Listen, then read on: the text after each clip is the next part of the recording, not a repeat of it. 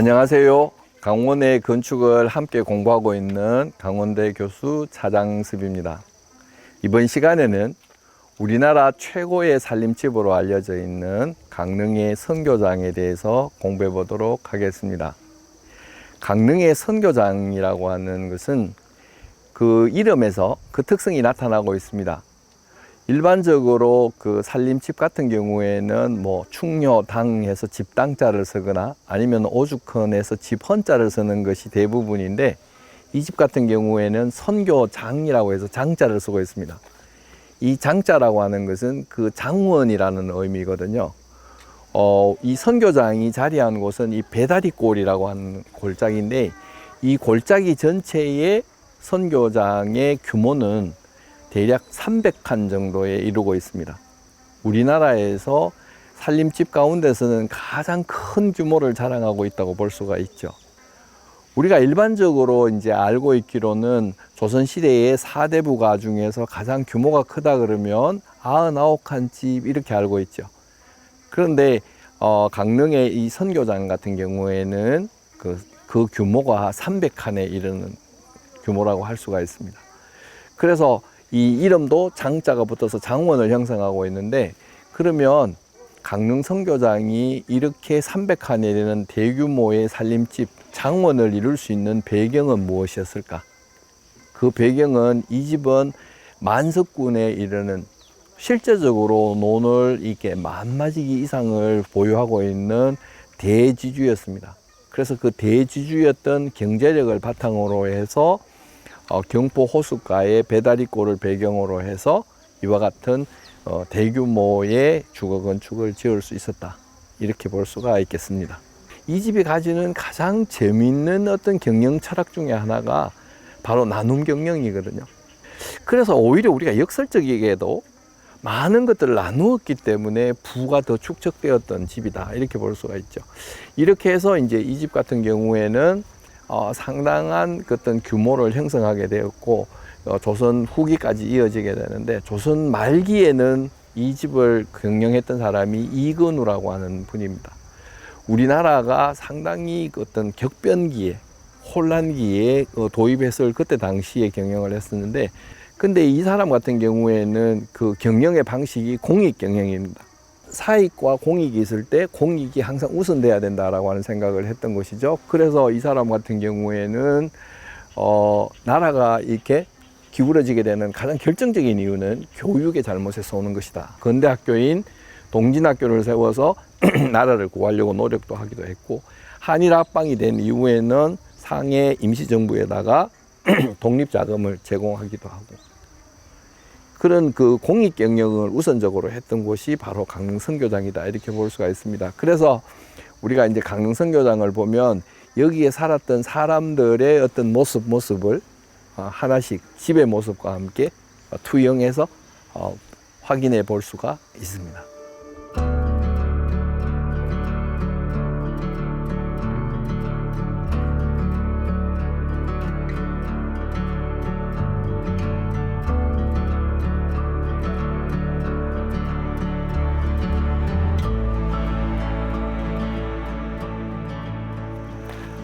강릉 선교장은 다양한 공간으로 이렇게 구분해서 볼 수가 있습니다.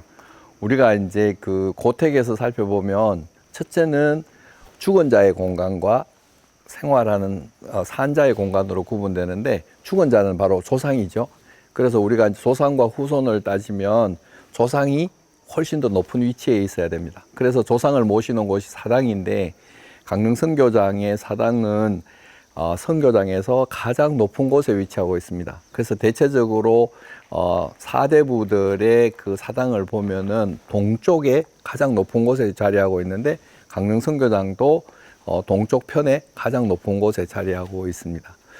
그 다음에 이제 산자는, 살아있는 사람들의 공간은 신분적으로 보면 우리가 이제 사대부 양반과 그 다음에 거기에서 뒷일을 하는 그 노비들로 구분할 수가 있거든요. 그래서 대체적으로 이 사대부들이 살던 곳은 기와집이라고 한다면, 그 노비들이 살던 집은 가랍집이라고 그래서 초가집을 형성하고 있습니다. 그래서 강릉 선교장에도 기와집이 주인이 살고 있는 기와집과 그 다음에 노비들이 살고 있는 초가집, 이렇게 이제 두 가지로 분류가 될 수가 있습니다. 그 다음에 또 한 가지는 강릉 선교장만이 가지는 독특한 특징인데요. 가족들이 사는 공간과 그 다음에 외부인들을 위한 공간이 있습니다. 이 강릉 선교장이라고 하는 곳은 관동 팔경 경포대가 있는 곳이고 또 금강산이 있는 그런 곳이죠. 그렇기 때문에 이 강원도의 이 영동 지역에는 굉장히 많은 손님들이 오게 됩니다. 그래서 가장 많은 손님들이 오는 이 강릉 지역의 선교장에는 손님을 위한 공간이 있습니다. 그래서 손님을 위한 공간은 우리가 사랑채거든요. 그래서 강릉의 선교장은 사랑채가 다른 집하고는 다르게 3개나 있습니다. 그래서 상사랑채, 중사랑채, 아래사랑채, 그렇게 해서 3개의 사랑채가 있어서 온 손님의 격에 따라서 격이 높은 사람은 상사랑채, 보통 사람은 중간사랑채, 격이 조금 낮은 손님일 경우에는 아래사랑채에 보내는 그런 식으로 해서 이 사적인 공간인 가족을 위한 공간과 일종의 그 반공적인 공간인 그런 공간들이 남아 있습니다. 그래서 손님들을 위한 공간은 활례정을 비롯한 그런 그 누정들도 같이 분포되어 있는 것들이 이제 특징이라고 볼 수가 있죠. 그리고 이제 가족의 공간은 다시 구분이 되죠. 보통 여자의 공간과 남자의 공간으로 구분하는데, 보통 남자의 공간은 사랑채, 그 다음에 여자의 공간은 안채, 이런 식으로 구분이 되기도 합니다.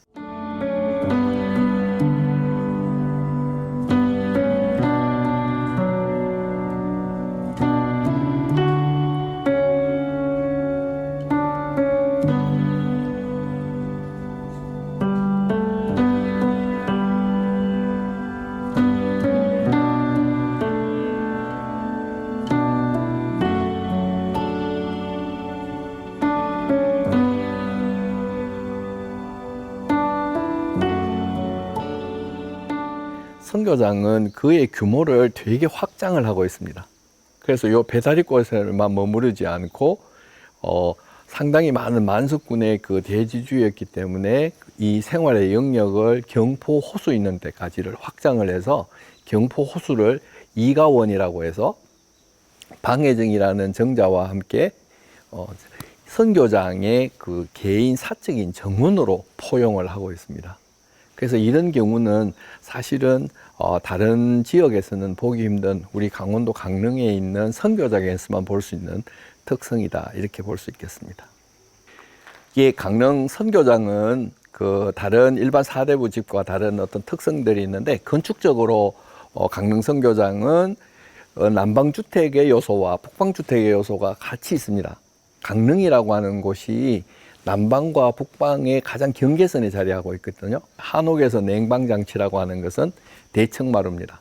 그래서 강릉을 기준으로 해서 강릉 이남에만 대청마루가 있는데, 대청마루가 마지막으로 나타나는 곳이 바로 강릉이라고 볼 수가 있습니다. 그래서 이 선교장에는 대청마루, 냉방장치인, 더위를 대비하는 냉방장치인 대청마루가 자리를 하고 있고요.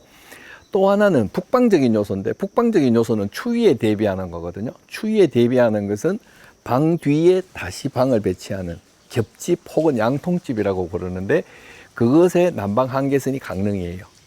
그래서 강릉 선교장에는 추위를 대비하는 겹집 양통집의 구조가 같이 공존하고 있다, 이렇게 볼 수가 있습니다.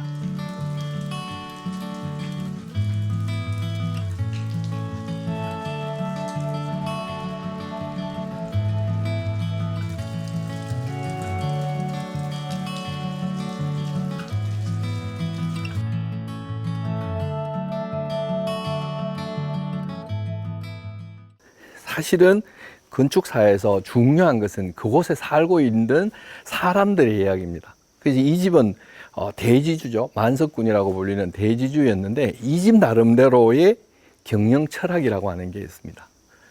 우리가 이제 처음으로 만석군을 이루었던 이후라는 분이 있는데, 그분은 원래 그 이름이 이면조였어요. 근데 이제 이 사람이 나중에 이름을 이후 가득 찰 후자를 써서 이후로 이름을 바꾸게 되는데, 바꾸게 되는 이유가, 원래 우리가 이제 돈을 많이 벌면 그 다음에는 권력을 가지고 싶죠. 그래서 과거에 응시를 합니다. 그러나 계속 낙방을 하죠. 50세가 넘어서도 과거에 응시를 했지만 낙방을 해요. 그런데 그 아들들이 과거에 급제를 합니다. 연이어서 급제를 하거든요. 그래서 이 사람이 이제 그런 이야기를 합니다. 나는 이제 가득 찼다. 더 이상 이룰 것이 없다. 여기서 더 욕심을 부린다면 그것은 우리에게 재앙이 올 뿐이다. 그렇게 이야기를 하면서 자기 이름을 이제는 꽉 찼다고 해서 이름을 면조해서 가득 찰 후자를 써서 후로 바꿔요. 그리고는 그 후손들에게 유언을 합니다. 재물이라고 하는 것은 영원히 간직할 수가 없다. 항상 나누어야 된다. 그런데 나누는 방법은 두 가지가 있는데 내가 스스로 나누는 방법이 있고 내가 스스로 나누지 않으면 하늘이 강제적으로 나누는 방법이 있다. 그런데 내가 스스로 나눌 때는 우리에게 칭송이 들어오지만 하늘이 우리의 재산을 강제로 나눌 때는 그때는 우리에게 화가 들어온다. 그래서 항상 스스로 나누라. 그것을 유언으로 남기게 돼요. 그래서 이 집의 경영 철학 중에서 최고의 경영 철학은 나눔 경영입니다.